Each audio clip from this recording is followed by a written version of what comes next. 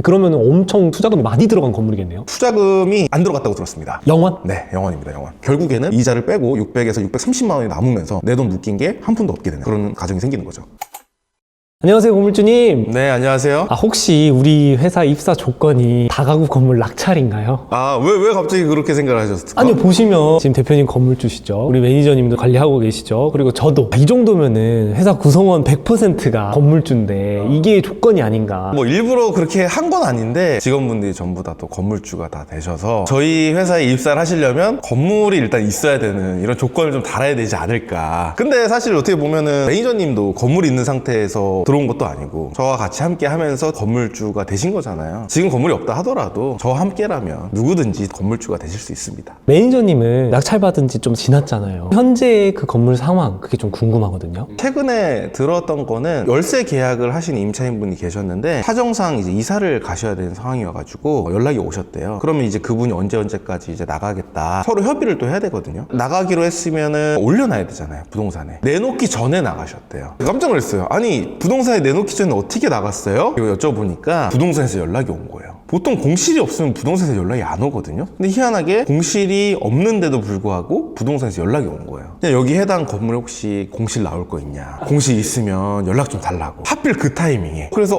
지금 몇 호가 언제까지 이사 나가기로 하셨는데요? 라고 해서 바로 부동산에서 손님을 끌고 와가지고 바로 계약을 했다고 합니다. 그러면 한 월세가 어느 정도 나오는 거예요? 제가 듣기로는 이자를 제외하고 600에서 630만 원 정도를 받고 있다고 하십니다. 그러면 엄청 투자금이 많이 들어간 건물이겠네요. 투자금이 안 들어갔다고 들었습니다. 아예요? 네. 영원? 네, 영원입니다, 영원. 건물을 투자할 때 당연히 투자금이 들어갈 수밖에 없죠. 대출을 아무리 많이 받는다 하더라도 뭐 10%의 투자금도 일단 필요하고 이제 취득세도 또 내야 되잖아요. 초기에는 잠깐 일시적으로 들어가는 자금은 있지만 그 이후에 월세를 세팅을 하면서 보증금을 또 다 회수를 하다 보니까 결국에는 이자를 빼고 600에서 630만 원이 남으면서 내 돈 묶인 게 한 푼도 없게 되는 그런 가정이 생기는 거죠. 그럼 그 초기 투자금이라는 게 엄청 컸던 거 아닌가요? 일단 초기 투자금은 건물 투자니까 한 20억 정도는 들어가야 되지 않을까. 그럼 어떻게 해요, 그거를? 보통 이제 그렇게 생각하세요. 왜냐면 이게 건물에 대한 이미지가 뉴스를 보면 어떤 연예인이 50억에 사서 120억에 팔았다. 맨날 이런 기사들이 많이 나오잖아요. 그래서 이 건물의 벽이 되게 높다고 생각하십니다. 입지에 따라서 차이가 있긴 하지만 이 건물이나 이 건물주의 벽이 그렇게 높지는 않습니다. 매니저님 같은 경우에는 한 1억 초반대 가 들어간 걸로 제가 알고 있어요. 그러면은 대출을 엄청 또 많이 받으실 수 있었나 봐요. 보통은 낙찰가의 90% 정도 대출을 받으시기 때문에 그만큼의 투자금을 또 줄일 수가 있는 거죠. 저희 매니저님은 어떤 과정으로 이 건물을 낙찰받게 되신 건가요? 일단은 매니저님은 처음부터 저희 이제 매니저님은 당연히 아니셨겠죠. 제 수강생 분이셨어요. 저랑 같이 또 일을 하시면서 바로 다가구를 좀 투자할 수 있는 상황이 되셨거든요. 그리고 나서 2주 만에 지금 현재 건물을 낙찰받게 되셨어요. 입찰을 한 일주일 정도 남기고 저랑 계속 상의를 했죠. 지금 현재 낙찰 받아서 관리하고 있는 건물은 원래 좀 안 들어가시려고 하셨어요. 다음 날 또 진행되는 준신축급의 다가구 건물이 있었는데 그 건물을 계속 하고 싶어 하셨죠. 근데 이제 앞에 있는 물건을 낙찰 받으면 뒤에 있는 물건을 낙찰 못 받잖아요. 두 개를 판단했었을 때 앞에 물건을 먼저 들어가고 그 다음에 안 되면 두 번째 물건을 들어가는 게 낫겠다 생각을 해서 첫 번째 물건을 바로 입찰해서 낙찰을 받게 되신 거고 그 물건을 단독으로 낙찰을 받게 되신 거죠. 근데 사람들이 이렇게 들으면 좀 오해를 할 수 있을 것 같아요. 이제 매니저가 됐으니까 직접 찝어준 거 아니냐, 코칭도 좀 특별하게 들어간 거 아니냐. 실제로는 어땠었나요? 저는 항상 마인드가 그렇거든요. 코칭을 할 때 항상 제가 투자한다라는 생각을 제가 갖고 있습니다. 지금 이 물건을 투자를 하는 데 있어서 어떤 걸 조심해야 되지? 입찰가 어떻게 선정해야 되지? 대출이나 자금 계획은 어떻게 세워야 되지? 이건 항상 제 입장이 돼요. 저는 코칭을 다 그렇게 진행을 하다 보니까 저희 매니저님이라고 해서 다른 건 전혀 없습니다. 그러니까 매니저님 같은 경우도 저한테 좀 미안한 감정이 좀 있지 않을까요? 그 시간에 저희 수강생분들을 제가 더 신경을 써야 되는데 뭔가 제 시간을 뺏는다고 생각을 아마 하실 것 같아요. 그래서 오히려 조금 더 조심스러울 것 같고요. 근데 대박인 거 뭔지 아세요? 우리 매니저님이 그때 그 물건 낙찰을 받고 단독이셔가지고 기분이 되게 묘하셨다는. 안 좋으셨대요? 네, 별로 좋지 않으셨대요. 오히려 이제 남편분이랑 이제 같이 가셨는데 오히려 단독이면 좋은 거 아니냐. 근데 이제 그때 당시에는 내가 뭘 놓쳤나? 뭘 실수했나? 그 생각을 하셨대요. 왜냐면 사실 제가 물건을 더 봐드렸기 때문에 문제가 될 만한 부분들은 없었는데 다가구가 두 번째 낙찰이고 첫 번째는 아파트를 하나 받으신 게 있으세요. 근데 그 아파트가 단독이에요. 시세 파악이나 이런 부분들을 제대로 배우지 못한 상태에서 첫 번째 아파트를 받으신 거예요. 그러다 보니까 그 트라우마가 있는 상태에서 다가구 주택을 입주를 했는데 단독이니까 기분이 그렇게 좋지 않았던 거죠. 지금 돌아보니까 아, 내가 왜 그랬나 뭐 이렇게 생각을 하신다고 얘기하시더라고요. 제가 알기로는 매니저님 건물이 꽤 오래된 건물인 걸로 알고 있어요. 근데 솔직히 사람들 인식에는 오래된 건물 사면 수리비 폭탄 맞고 막 골치 아프다, 힘들다 이런 얘기들을 많이 좀 하시는데 실제로는 어땠나요? 일단은 건물 자체가 오래되면 수리 비용이라든지 이런 것들이 좀 많이 들어가기도 하죠. 근데 저희 매니저님 건물이 아마 거의 30년 가까이 된 걸로 제가 알고 있는데 30년 가까이 되면 사실 건물의 가치도 별로 없고 수리비가 이제 한참 많이 들어갈 타이밍이죠. 근데 그 건물 같은 경우에는 리모델링이 전부 다 돼 있었습니다. 낙찰받기 전에요? 네. 그리고 외부부터 해서 내부까지 전부 다 리모델링이 되어 있었고 11년도에 전부 다 리모델링이 다 되어 있다 보니까 그 이후에 특별하게 뭐 하자가 있거나 뭐 수리 비용이 들어가거나 이런 부분들은 없는 걸로 알고 있습니다. 그래서 오히려 그런 부분들을 전략적으로 낙찰을 받으신 거죠. 근데 매니저님은 지금 뭐 어떻게 살고 계신지 궁금해요. 매일 대전 내려가서 막 청소하시고 임차인들 만나고 이러고 계신가요? 어쩌다 한 번씩 바람 쐬러 내려가시는 것 같아요. 거기 이제 또 온천이 있잖아요. 온천을 또 좋아하셔가지고 겸사겸사 또 가시는 길에 또 임장도 하고 뭐 계약하거나 뭐 거기서 이제 하룻밤 지내다 오시는 경우도 있는 걸로 알고 있습니다. 많은 분들이 또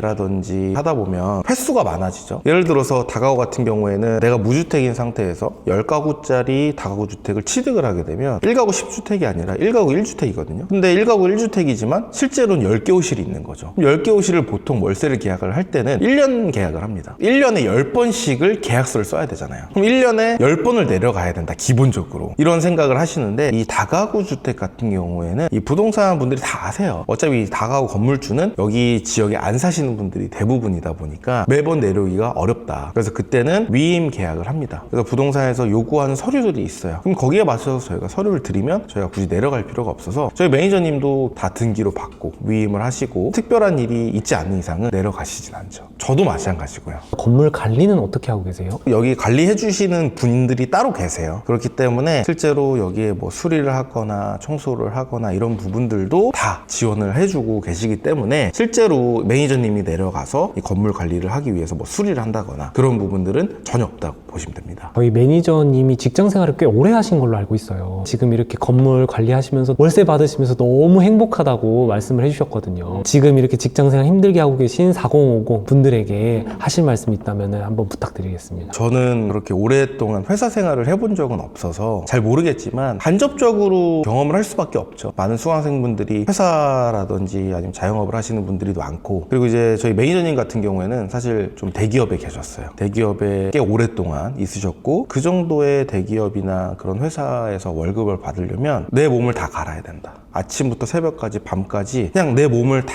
갈아 넣어서 받는 월급이라고 얘기를 하셨거든요. 근데 그렇게 하더라도 몇 년 안 남은 거죠. 그럼 이제 앞으로 월급을 받지만 그 이후의 삶은 보장되지가 않잖아요. 그래서 여기에 대해서 불안함을 많이 느끼셨다고 제가 들었거든요. 아마 지금 이 영상을 보시는 분들도 이 부분에 관련해서 공감을 하시는 분들이 계실 거라고 생각을 합니다. 근데 오히려 저는 이렇게 말씀드리고 싶어요. 이 고민을 하셨을 때 아, 고민이 된다, 아 몰라, 어떻게든 되겠지, 넘기시는 분이 계실 거고, 어떤 분들은 아, 나도 빨리 지금 무언가를 해서 실행을 해서 미래를 좀 준비를 해야겠다라고 해서 바로 움직이시는 분들이 계실 겁니다. 두 분의 차이는 생각과 행동의 차이거든요. 이 행동의 차이가 10년 뒤, 20년 뒤에 미래가 저는 바뀔 거라고 생각을 해요. 저희 매니저님도 이 회사가 나를 책임져 주지 않는다, 나도 계속 자기 개발을 할 수 있고 나 대신해서 월세 현금 흐름을 만들 수 있는 그런 자산과 시스템을 구축을 하셨거든요. 근데 불과 매니저님이 1년도 되지 않은 시점에 이렇게 빠른 좋은 결과가 나왔기 때문에 여러분들도 도전하셨으면 좋겠습니다. 그럼 저희 매니저님처럼 월세 받는 건물주 될 수 있는 이 코칭반만의 장점이 있다면 어떤 게 있는지 말씀 부탁드립니다.